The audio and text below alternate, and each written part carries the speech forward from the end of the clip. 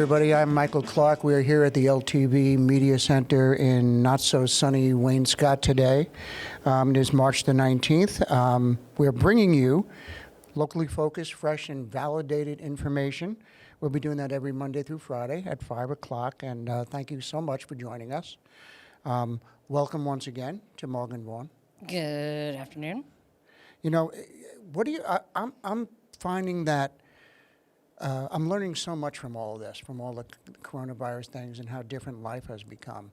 And one of the things I noticed, which is actually kind of scary, like I'm kind of, you know, basically we go from here to home and then back to here, and so kind of self-quarantining, and my life hasn't really changed that much. Is that That kind is of frightening. sad? Is that sad? It is frightening. Sad.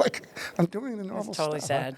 Well, I'm a, you know, not a big people person, I guess. But anyway, thanks so much to everybody for joining us.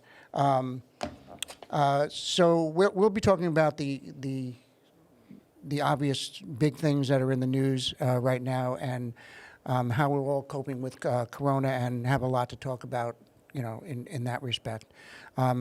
There's been an uptick in guns and ammo sales nationally. We're also going to be looking at some of the scams that are popping up. And if we have enough time, even take a look at some of the local real estate market out here and how that's been affected by the coronavirus. And but let's since there's so much on our local plate, let's start with a little bit of an update from Governor Cuomo. And Morgan, if you wouldn't mind just jumping in on that. Well, I think that Governor Cuomo yesterday said that 50% of the workforce had to stay home, but today it is now 3/4 of non-essential New York employees should work from home. Okay. They also, there's some good news for people. Mortgage payments will be waived for 90 days. Foreclosures will also be postponed or suspended. Overdraft fees on ATMs and credit cards will also be waived. And Cuomo said he is as afraid of fear and panic as he is of the virus himself. And he is fighting rumors that he is going to imprison New Yorkers. So hopefully they will not be asked to shelter in place. Who knows where it's going to go? But those are some things that they're going to try to do to make things a little bit more palatable financially. I know that personally that we're starting to see people, our friends and our neighbors, who are getting laid off because of this. And this is this is a tourist community. This is a community that depends on the arts. There's nothing going on in the arts. And so people are going to start getting laid off. There's no waiters. There's no anything. And it's going to be a huge financial problem here. And it's very concerning. And I think that the governor is trying to deal with that. Yesterday we posted the unemployment Department of Labor. They've waived some things for coronavirus sufferers, not sufferers, but the people who are affected by it. And I just think definitely take advantage of all those resources. One thing that we all need to do probably, is talk about small businesses and not-for-profits who are going to be suffering from this. Right. And so that's what I would kind of focus my energies on.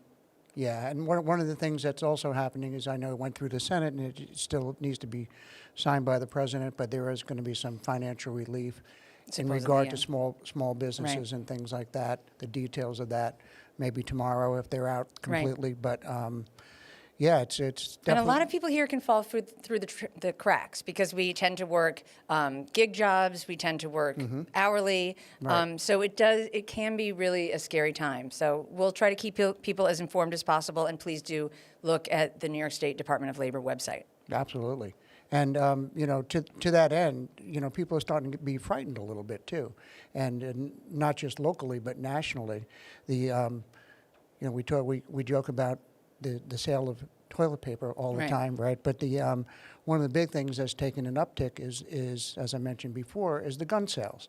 So we were able to talk to some local people about this, and one of them being my friend Herb over at the Amagansett Hardware, where they do sell guns out of a very separate area in the back there. And he said that the sales are definitely up, and that, but it's mostly shotguns. I found out something that I did not know, and that's that rifles are not allowed in the town of East Hampton or on Long Island, in fact, to shoot a rifle in the town of East Okay. Hampton, right? So he does sell handguns, but there's waiting periods for those. So people that are coming in are essentially buying shotguns. And that seems to be the norm around the country.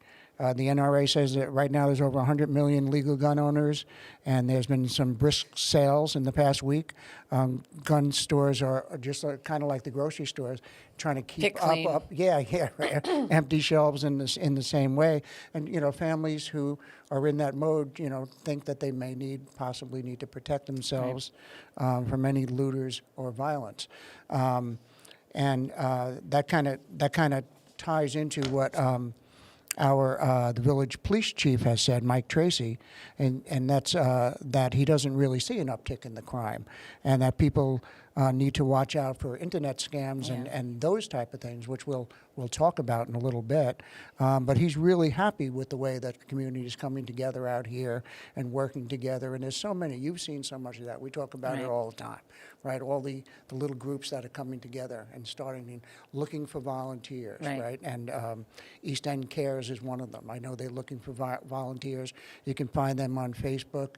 They're putting together lists of, give us what you can do. So, give us your name and what you can do for people. And they're trying to put a whole plan together in order to make that happen and to, bring what's necessary to those in need. That's a great thing. The churches too, everyone in the churches, many churches around town are seeing people call and say, we need to help, how do we help? And so that's fantastic. Yeah, that's great. Mike Tracy also said that, and this is good to hear, that there's a daily communication call that all the police chiefs have in the area. And in fact, the police chief from Riverhead was on the phone with the White House just yesterday. So there is that kind of coordination. So, in terms of violence and things like that, I'm not sure that that's necessarily an issue, but, people are preparing. That's just the nature of folks sometimes. But he said that posted on the East Hampton Village Police Facebook page, he thanks the community and emphasizes perspective and patience, which I think Those are two great things. Yeah, kind of sums it up. But back to what he said about the uptick in the scam area. I know that, Morgan, you ran into a situation just Well, we had today. these people who are doing these scams are not fooling around. They are doing their homework. They know what's going to get people. They're calling and saying there are cures for coronavirus. If you just do this, they will give you can get extra money for this. You can get your electric bill waived. We got a call today that was so unbelievable. My father-in-law called us to say that my son had called him from the East Hampton jail and then been put immediately in touch with a lawyer.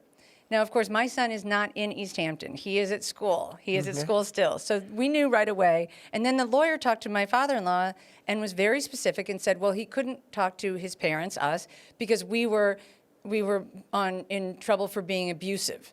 I mean, it was crazy. That's only at work, actually. And right. So but what was amazing to me was that it was so specific. Yeah, And it that's was scary. completely targeting older Americans. Right. Who are, and they said he needed $9,000 in bail. I mean, a really specific, weird, crazy amount. It was disturbing because luckily my father-in-law happens to be a very sort of nerdy guy, and he was like, I need to know your New York State Bar License Association number, something, and the guy hung up instantly. Okay, there you go. So I would just urge people to really, really, really, really be careful. Do not give your money to anybody over the phone. I don't care who it is. And the other thing is there are plenty of people around here who you can donate to right now. There are plenty of arts institutions and museums and a bunch of people. If somebody calls and they say they have something for you to donate to, think about the places that you know are legitimate. You know that I could name many, but I don't want to single anybody out, but they're all legitimate. And in that vein, too, we know that Easter and Passover are coming up. This is a big time of the year for the churches and the synagogues, and maybe there will be reduced crowds, which is going to also hurt them. So instead of giving to people who are calling you saying your son's in jail, That's a great point. make sure you contribute locally. Right, and to your point before about, I've seen that also before about people claiming that they have, the miracle drug for this. Oh, That's yeah. just not happening. It's not just like, true. yeah, Right. not going to happen. Not So, true. okay, and yeah, there's a couple other things too. Like Vimeo has said there was a malware infection that's targeted some of their user accounts regarding theft and the internet. So it's just to your point, Morgan, you got to do your homework on donations, making sure things are right. Be wary of people calling you, telling you this and that. That's not the norm in terms of how these things are going Right. to happen. But you're right; they're targeting the older folks. Well, older folks everybody's kind of scared right now, anyway. were raised to be polite.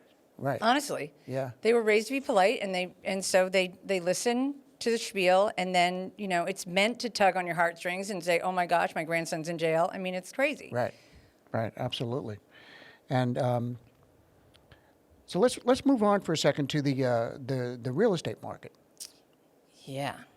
So I didn't get to read the Star yet or the press, but there is a really great article in the Independent about how it said COVID-19 meets Hampton's real estate head on.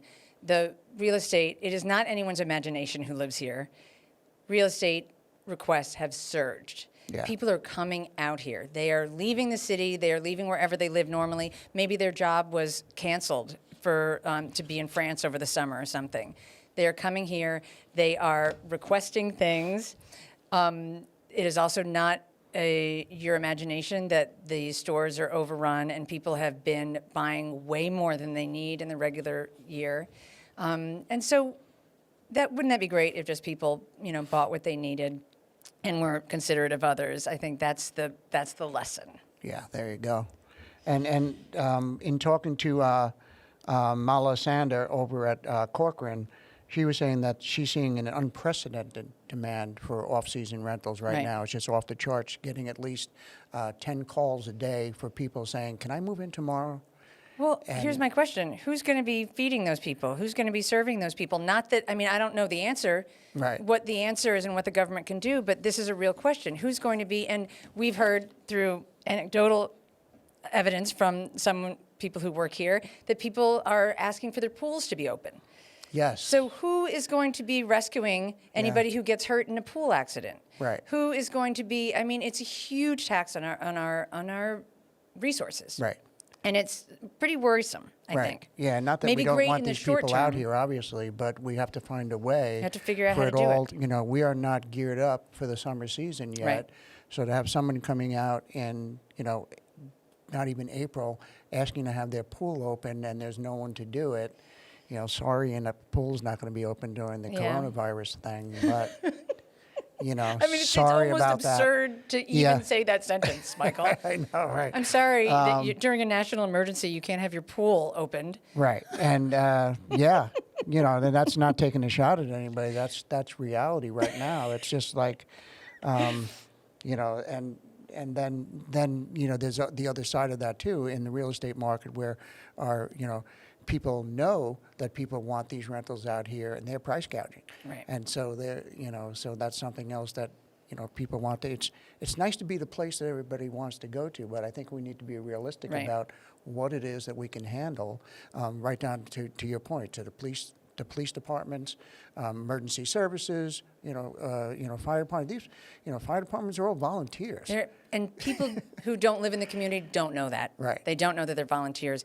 There's another story that Taylor Vexey did that is about, and I have the number at the end. Do not call 911 unless it is an absolute emergency. You can call the town police department for non-urgent matters, and that's just common sense, but it needs to be stated. Right.